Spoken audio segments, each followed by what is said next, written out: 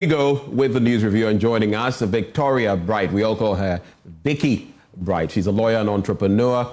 And of course, she served at one point as a deputy minister and also legal advisor to John Agyekum Kufuor, yes, former president. And we also have another former president here, though, of the Ghana Journalists Association.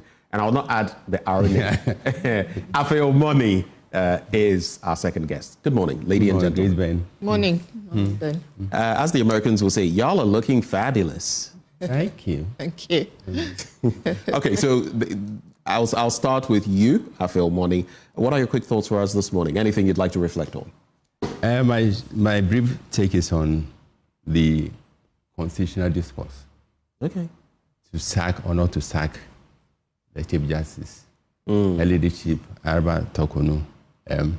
The point can hardly be articulated that this is a hypersensitive issue which can have far-reaching implications for the independence of the judiciary, for the rule of law, and for our democracy.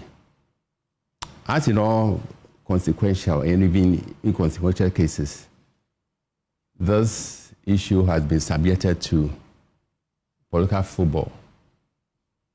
And it's not unusual for NPP and the NDC commentators to analyze this issue, comment on this issue from their blinkered partisan stances.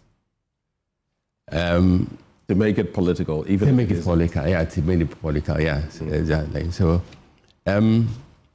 my take is to appeal to both sides to tone down the excessive politicking and tone up the strictest application of rule of law, rooted in fairness, to ensure that at the end of it all, justice will be manifestly seen to have been done in this case. Right. Yeah. Thank you for your initial thoughts. I don't know whether you have any reaction to that. You being a legal luminary yourself. I don't know whether... Oh, no, I just think the rule of law should prevail. That's the rule of law should prevail. Yeah, it should be devoid of anything else. Have you seen anything so far that does not point to the rule of law? Well, so far we don't really know much, do we? So other than what we've seen in the press. So let's just wait for all the facts to come out, and then, we'll see how it's handled. And after that, we'll be in a better position to comment, I think, early on this. Any quick thoughts you'd like to share with us this morning? Yeah, I think I was very surprised, actually, to find out the amount of plastic pollution in our sea, and the impact it's actually having on all of us. I learned from watching this documentary that on average, each Ghanaian injects into their system approximately 5 grams of plastics every week. And apparently this is the size of a credit card. So we're all ingesting this. And then, of course, there are all sorts of health implications affecting hormones and fertility, not to mention the risks of accidents at sea because they get caught under the motorboats. And I mean, it was quite eye-opening. There was a lady from the Ministry of Science, Environment and Technology telling us all of this. And these days, the fishermen seem to catch more plastics than fish when they go out to sea. So I think we need to reflect on that. Well, interesting thoughts. And nowadays, microplastics, nanoplastics, all of them finding their way into different organs of our bodies. God help us. But thank you for those reflections. Let's get into the papers now. Absolutely, Ben. You have the Ghanaian Times. Yes. Let's start with the Ghanaian Times, Ben. So the first one, which is the biggest one, in front of the Ghanaian Times this morning is close down witch camps. Yes. I know. I followed that story yesterday. Yeah, and the country director of Amnesty International, obviously, when they launched the reports yesterday, Genevieve Patterson is the one who's still, still drumming home this part about which comes which is a conversation that we started. And every time we talk about witch camps, really, you won't forget the harrowing experience of the 90-year-old Ukadente. And before we go into the details of that, let me bring you this one as well. The President, John Dramani Mahama, addresses Kwewu Business Forum April 19th. That's just the weekend coming. Kwewu. I know. I just had to do that. I couldn't help myself. I like the way they sold it. You know, over time, it was people just randomly, oh, Yanko Kwewu. And then they were, okay, so do you know what it does for the economy of Kwewu?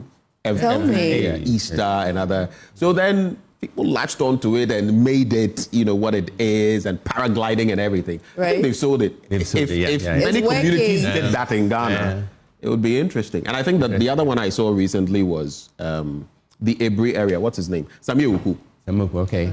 You know, his constituency is somewhere. It has the Safari Valley. The Ophir Market thing. Right. That was also interesting. Oh, yeah, anyway. Yeah. Victoria, have you been to Kwewu yet? Have you been to any of the Kwewu Easter? Yes. Oh, you have? It's a while back, though. Okay. To go again. Okay. Now, so 4 suspected armed robbers killed in gun battle with the police. The details of that is on page 3. I just might bring you that a bit later. But leveraging AI to protect lives, building resilience for future pandemics as well. Page 6 of the Ghanaian Times. Auditors must exercise high professional standard to protect public purse. Professor Amati is speaking to us as well and is on page 13. That's just by way of cap on the Ghanaian Times. We just might go into the details a bit later, Benjamin. Oh, I think we can. Okay. So in the middle page of the Ghanaian Times, as we've just started the conversation on the closing down of witch camps, which the Amnesty International believes that they are a symbol of societal neglect. Maybe I'll go to Mr. Monney to I don't know, over the years as journalists we have reported on witch camps, especially in the northern part. Unfortunately, women who have lost their lives through that cultural, shall I say, is embedded with them. We've reported it. We've seen a little progress because then the stories have come out. But for you, how much more do we need to do for us to entirely really close them down? Or is there a way we can still manage it if there's anything called management? As I said, little progress has been made, and this reinforces the need to activate the principles of comprehensive journalism. In comprehensive journalism, once you start a story, you don't go to sleep, you come back. If promises have been made, you match the promises against delivery. If there's a shortfall, then you hold those who are supposed to deliver accountable.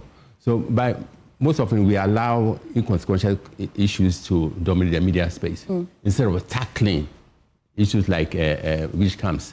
Children who are subjected to all kinds of indignities, women, and the mere allegation that they are witches and all that. So it's not too late. We can go back. We can prompt the media institutions to sharpen their focus on this issue and hold to account people who are supposed to deliver freedom for those who are subjected to all kinds of indignities in the witch camps. Victoria, I'll come to you, and especially because the Amnesty International is very focused on human rights, and because you're also a lawyer, I've just been thinking that for such cultural practices coexisting with human rights, if you look at the nature of our culture in this country, is this something you think the Amnesty International, all other relevant bodies can really champion for us to rule it out entirely? Closing down witch camps and looking at how people believe so much in their culture and tradition. How can human rights really come to play here? Yeah, I think for me, any interventions, whether from Amnesty International or legally or any form of interventions that will stop this horrific act are very, very welcome. It has to be uprooted from our society. And sometimes we do things in the name of cultural norms. And even though I guess some people actually believe these things, we need to strengthen the methods of educating people and also enforcement. I mean, it is about human rights, as you said, MFA. And your human rights cannot triumph over mine. You know, we are all equal. And I think people need to realize that in doing this, they are actually robbing people of their human rights, and that cannot be allowed to persist. We have to stop this. And, you know, every now and then it's all whipped up into a frenzy. We all say how appalled we are, and then everyone keeps quiet and goes about their business, and then they carry on with the practices. So we really ought to do something different. We cannot keep doing the same things over and over again. So yes, if Amnesty International can help us, why not? Well, Benjamin, you know that we really cannot do our news review without going to Bawku just a little bit. Yeah. Just a little bit. And but even before you go okay. to Bawku, just briefly on this witch camp situation. It's really sad because I have checked and checked, and it appears Ghana is the only country in the world that has these witch camps. I mean, you could go back to Salem. Interesting. You could go back to the Salem witch hunts Exactly. and all of that. But from time to time, you check and it appears. I mean, I stand corrected. But the issue too is, you mentioned Equiadente. Yeah. The issue too is that in some instances, these people are tortured literally. And the only place they can escape to is the witch camp, where they will not be, you know, harmed physically or something of the sort. So I also ask myself, I totally agree, witch camps should be a thing. It's even a slur on our country. But then, exactly. Since we've not dealt with the issue, the act has still not been, you know, made a law, the anti-witchcraft bill and all of that. So what then happens in the interim to people who may still be affected? Where do they go? We don't have centers. Where do they go? Do you get it? So that's my concern. I agree with Genevieve is someone I know. I agree with her. But in the interim, where do these people go? That's the problem. So what happens to them? Yeah. So instead of, you know, the fact that they are running into these camps for refuge, to seek refuge, means that there is a missing link somewhere. Exactly. So rather than them be, I mean, that's an act of serious desperation. If that's the only way you can. That's the last resort. Exactly, it's the last resort. So if centers have to be built to accommodate these women, and why is it always women anyway? Sometimes there are men. Yeah, but there are so few. But if you look at the proportion, there's so few and far significant, between. It's mostly women. Well, would you nurse the idea of refurbishing or renovating these centers so they have potable water, amenities, things that can at least facilitate their stay in these camps, especially in situations where Benjamin just raised, where they don't feel safe in the communities, and where they're feeling safe is the camp? Should we consider making sure that these camps, instead of maybe rebuilding a whole new facility for them, these camps should be re-looked at and restructured? That's something we can nurse. I think we should stop. Completely. Yes. We should stop and maybe change the buildings, refurbish them or something. We don't need to do new structures. But that whole label of which, you know, these witch camps and witchcraft and people, you know, we need to stop that. Because it's victimization, pure and simple. And people, you know, people will do what people will do. They will use it to their own benefit, you know. And we've seen so many, and we've all watched the documentaries, and we've seen so many examples of just pure victimization, you know, I wouldn't say legalized, but the kind of victimization which is not frowned upon, because they can kind of justify it in the name of witchcraft, and that is just not acceptable. So we have to stop the whole idea of witch camps completely, you know, and if they are going to be converted to refuge camps, then fine. But we do need something for these women to seek refuge in, and which are not labeled as witch camps. Right. Right. The label, and the time has come to also that's scale the up problem, advocacy. yes. Okay. To ensure that the law really takes its root and implements it to the letter, because the idea of refurbishing the witch camps should go in tandem with strong advocacy rooted in law.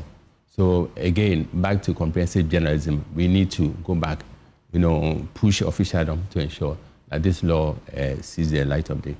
Benjamin, you would find that the community actually protects the perpetrators. It's hard to actually fish out these people who...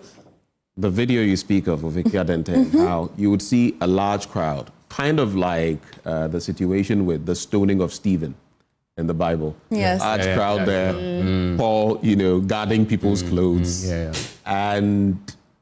And some would say Saul, but Saul was always Paul. It's just that one was his Hebrew name and the other was his Roman name. He was always the same. And you see that situation there, similar. Yeah, sure. It means there is, what's the word? There's a word I'm looking for. But there is consent. There is agreement among them, whether you are watching. Because, if certain acts are perpetrated and you are there, let's say an armed robber is being stoned and all of that, and you are in the vicinity and you may say, I'm just standing here, but the law could, You may have abetted or you may have conspired some way, somehow. An abettor in a way. But the little bit, you mentioned legal, you mentioned law. Yeah. The interesting thing is, you can't go to any court and prove that someone is a witch. Sadly. Yeah. See, that's what people don't. In law, we deal with facts. Yeah. How do you prove that Benjamin Akako is a wizard? It's a wizard. See, so if it goes to court, you will lose poto. But people take it into their hands and culturally just abuse people. And it's a problem. Once you grow to a certain age, they label you. If unfortunately you've not attained certain heights in society, then, if people are getting sick around you and stuff, she's the cause. And the pastors and sometimes some of the other, we have to look at them too, because they give false messages. This person is this, when they've seen nothing. Is this table strong enough? The table you're shaking, is it strong enough? It's not just the pastors, but there are the others, Mr. Monney, you're about to make a point. Just a brief reference to Paul in the Bible. And Paul admitted eventually that he acted in ignorance. So some of these cultural practices are rooted in ignorance. This is not to condemn into our cultural practices, but some are really negative, some are really anti-human. And these are practices. These are practices we should target and eliminate with all the force we can marshal. It'll be a good time. Maybe let's stay up north, and particularly in Bawku. Yesterday, Benjamin, Professor Enin, and some security analysts believe strongly that apart from and beyond this fight, are not just becoming a Bawku fight, but is the country's entire fight. He believes strongly that there are persons who fuel it, who are not in Bawku. The persons who don't live in Bawku, who finance it, who encourage that this kind of fight and misunderstanding that's happening up north is happening. And I struggle to understand that concept, really. If you can break it down for me, how that can be a possibility where we're living in the Accra, the southern part, and yet we're finding ways and means to fuel such conflict up the regions. I want to understand what that means. Politics has always been blamed for the chronic fighting in Bawku. True, the weapons which are used to fight this war origin from Accra and outside this country. Resources also come from Accra, Kumasi, because there are forces behind, powerful, formidable forces behind this war. And in appealing for peace and calm, I think we also target these forces. And this is a time to aim at ending this war from the root and not the branch. The branch approach has been to appeal to the forces, appeal to various parties to ceasefire and only to go back for and then for the war to reignite. So this time round, everybody who has a role to play in this war should be targeted. And we believe in the Solomonic wisdom of assassinating to help resolve this issue. I know it's so chronic and deeply rooted, but by dint of faith and support, I believe Asantini will make a dent and peace will, for once, be restored to that area. Well, so the story is on page 3 of the Ghanaian Times. And Victoria, so following the killing of the 2 policemen and also 1 civilian. The police actually released a statement and said that they suspect armed robbery. They suspected that the killings may have been by armed robbers. And then yet people also believe that it's linked to the conflict happening in Bawku. And this happened particularly in Binduri. And then the question then now is, if the police says that it is armed robbery, then we might as well separate this from the conflict that's happening in Bawku. There's only so much you can say, because then you're relying on the police as to whether it is indeed linked to the Bawku conflict. And if it's indeed linked to Bawku conflict, what does it mean? Because this will be 2 security persons that have been killed.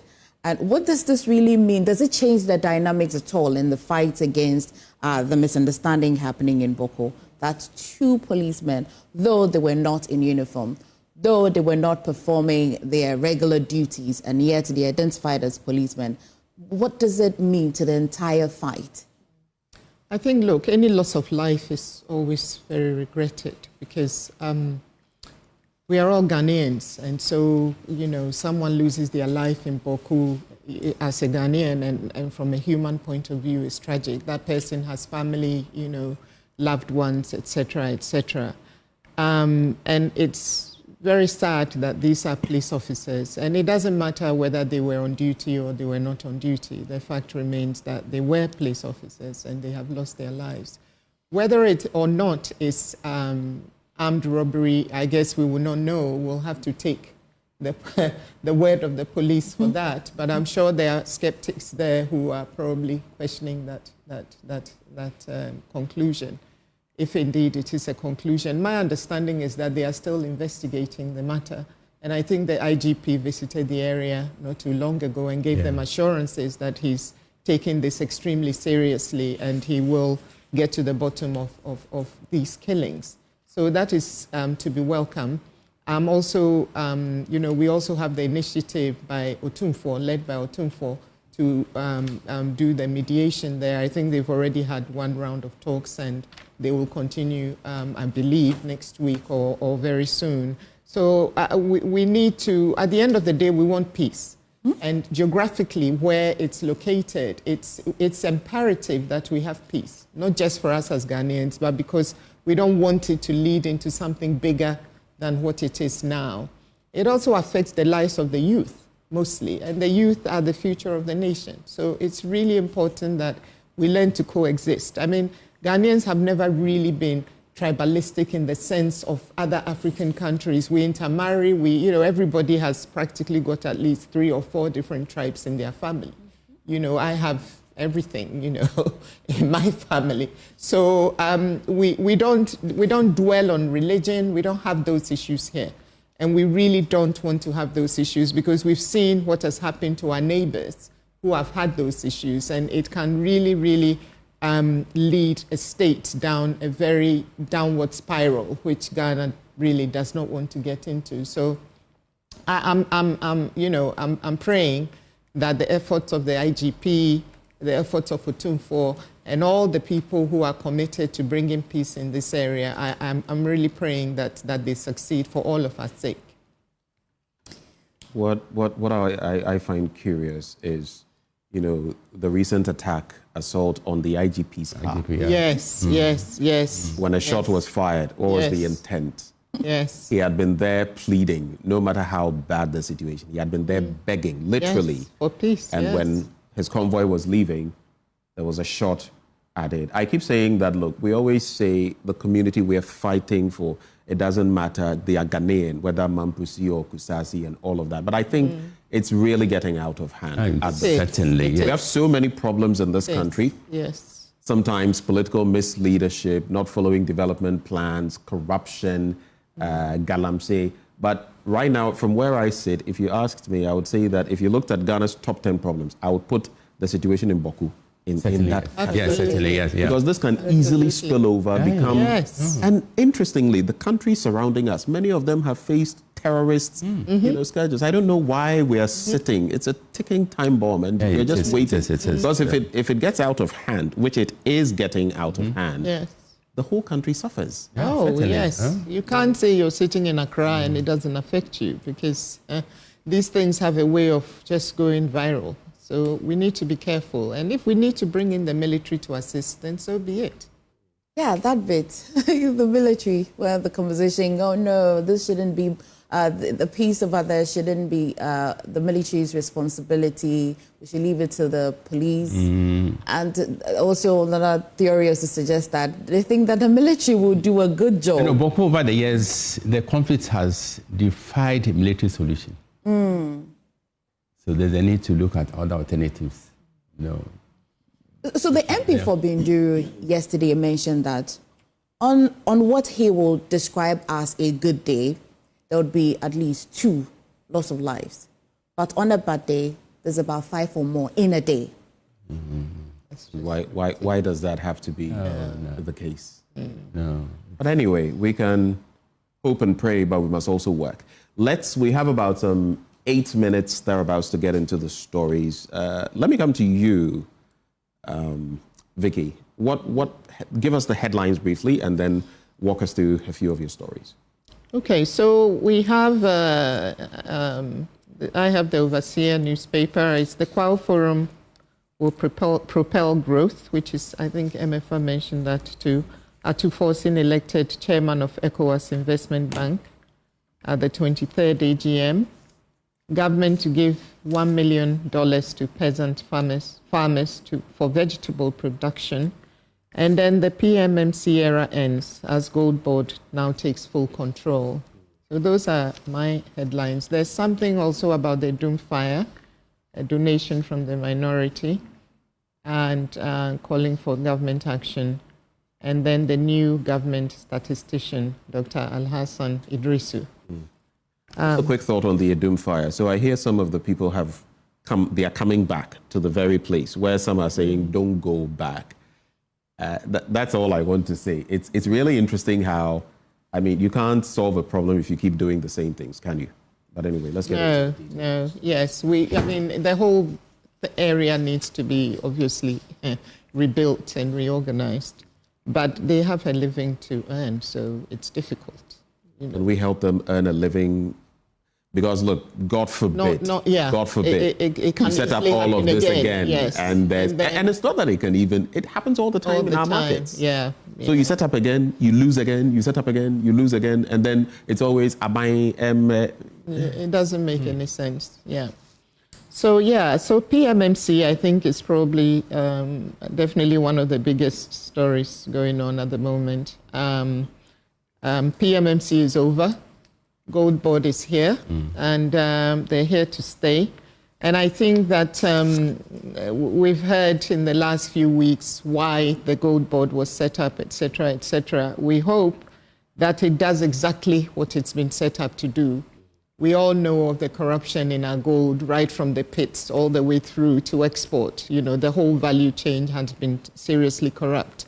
And a lot of our gold finds itself outside our shores, particularly in Dubai. You go to a souk in Dubai and they tell you, oh, Ghana, you're from Ghana. Oh, this is all Ghana gold. You know? And I guess they are saying it for you to feel proud, but you're like, oh my God, you know, because you know most of that has been, taken out of the country in not in the right way. So let's hope that it does the objective of tightening regulatory control of our gold, and also it reduces the smuggling and ensures that we benefit fully from our gold. There is a transition period. Foreigners, are being given till the 30th of April to buy, export whatever they want to export by then. So that is it's a short transition window. But they do have that window. And also they've changed the currency to just pure Ghana cedis, so at the BOG rates. So I think, that should hopefully help us with our foreign exchange issues as well. So look, we wish them all the best, and I really, we need it to work. And let's hope that corruption does not creep in, because that's always the monster that destroys this country. And every public institution has the potential to be corrupt. So let's just pray that this one doesn't go down that route. that it takes its mandate extremely seriously. I mean, I've heard Sami Jemfi talking about it, and he seems, to be very passionate about it, and it's clearly something that's very dear to the government heart, and they are determined to make this work. So let's hope that what they are saying is actually what happens, and we wish it has to work, basically, for all of our sakes, because gold is one of our big export mineral resources, and we need it to work, and we need the money to be in Ghana rather than everybody else coming from everywhere and doing. And henceforth as well, one other change is that only Ghanaians will be allowed to have licenses to export gold from this country, and anyone can apply. So, and foreigners are not banned from buying gold. They can do, but they have to buy it directly from the gold board. So that we can better monitor it. So if all these things are put in place and implemented correctly, then I think it will go a long way towards reducing all the huge, billions of dollars that we're losing every year, like 2 billion plus every year in illegal gold exports. Any other story you'd like to highlight, or are you done for now? I think I think for now that's the major one, that I wanted to talk about. All right. Yes. Affail Monney? Quick one on the gold board. The lawyer teaches us that any law without education is a hallucination. Any law without education is a hallucination. Okay, that's... The education on this gold board is minuscule, to say the least. And but only good aspect of this law is that the stakeholders were consulted, and they've admitted same that they were consulted. But in terms of education, little has been done. So there's a need to step up education, get these players to understand, get the whole nation to understand what gold board can do, which others like PPMC could not do. We all know that our revenue from gold pales in comparison with what is exported illegally. Yes. So this has come to rectify a reciprocal wrong and ensure that as a nation, we derive maximum revenue from what we produce. So education, and this should be done for Ghanaians, for the ordinary Ghanaian to understand how it benefits us as a nation. Well, interesting. Would you like to at least give us the headlines from the New Republic? The lead story: James Bond walks free. James Bond, referring to Kwabena Edubuahin, the Director General of the They have given him Bureau. a name that they have stuck to. Yes. The newspapers. And the story says, after weeks of languishing in custody, former Director General of the National Signals Bureau, Kwabena Edubuahin, has been released following his struggle to meet a staggering 120 million cedi bail bond. Accusations swell that Edubuahin misused stolen funds to acquire lavish properties both locally and internationally, with his wife allegedly aiding in the transaction. This is a story we know. Again, we plead that the strictest application of the law should take place and ensure that justice is done. All kinds of allegations have been bandied about. And it said that every story has two or more sides.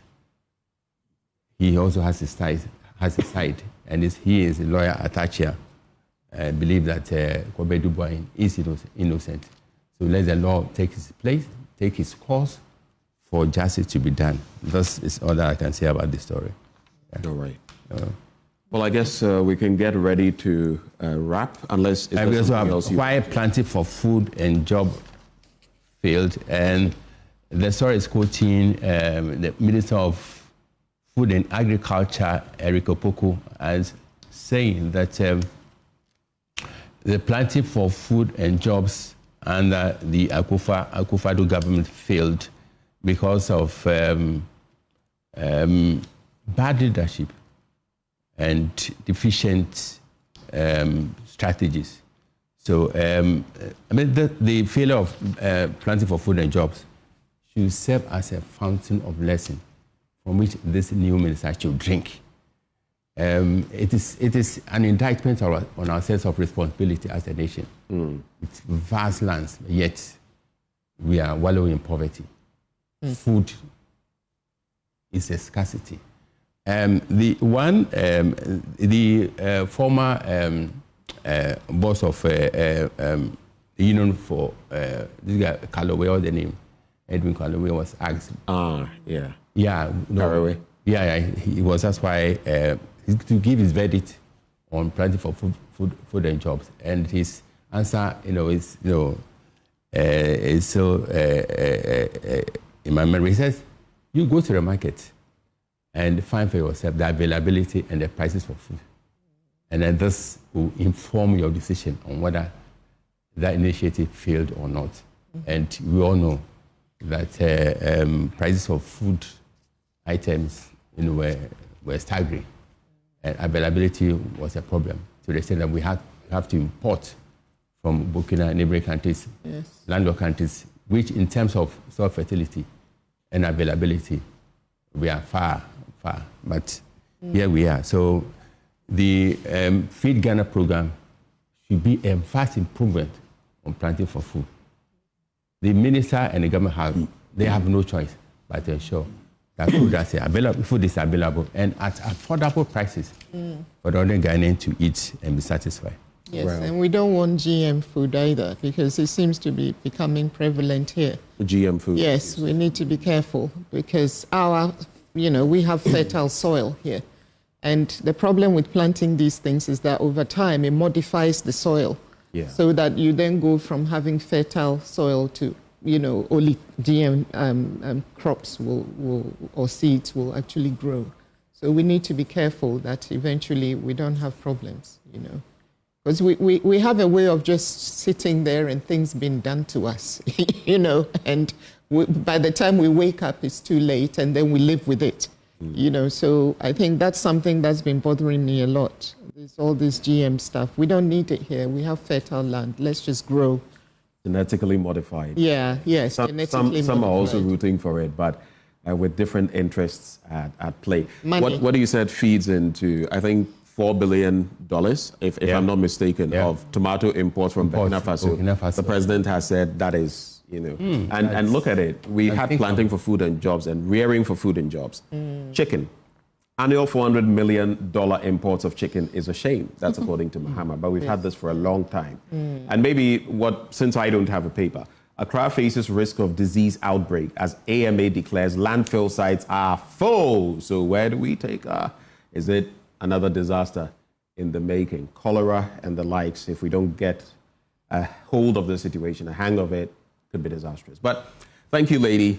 Thank you, gentlemen. Thank you, Vicky. Thank you, Ben, for having us. Thank you, Ben, NMFA. Thank you so much. The rising star. Oh, thank you. Thank you. I was about to say thank you, Ruru. Ever. Yes. It's been fun, hasn't it? Very much, very much. Thank you so much. Oh, Akpe. I remember you. So those who joined the conversation, Victoria Bright, she's a lawyer and entrepreneur. Affail Monney is former president of the GJ. Don't you forget, the AM show is proudly sponsored by Waylead Properties. Up next, we have sports with Muftar Nabila Abdullahi. Do stay.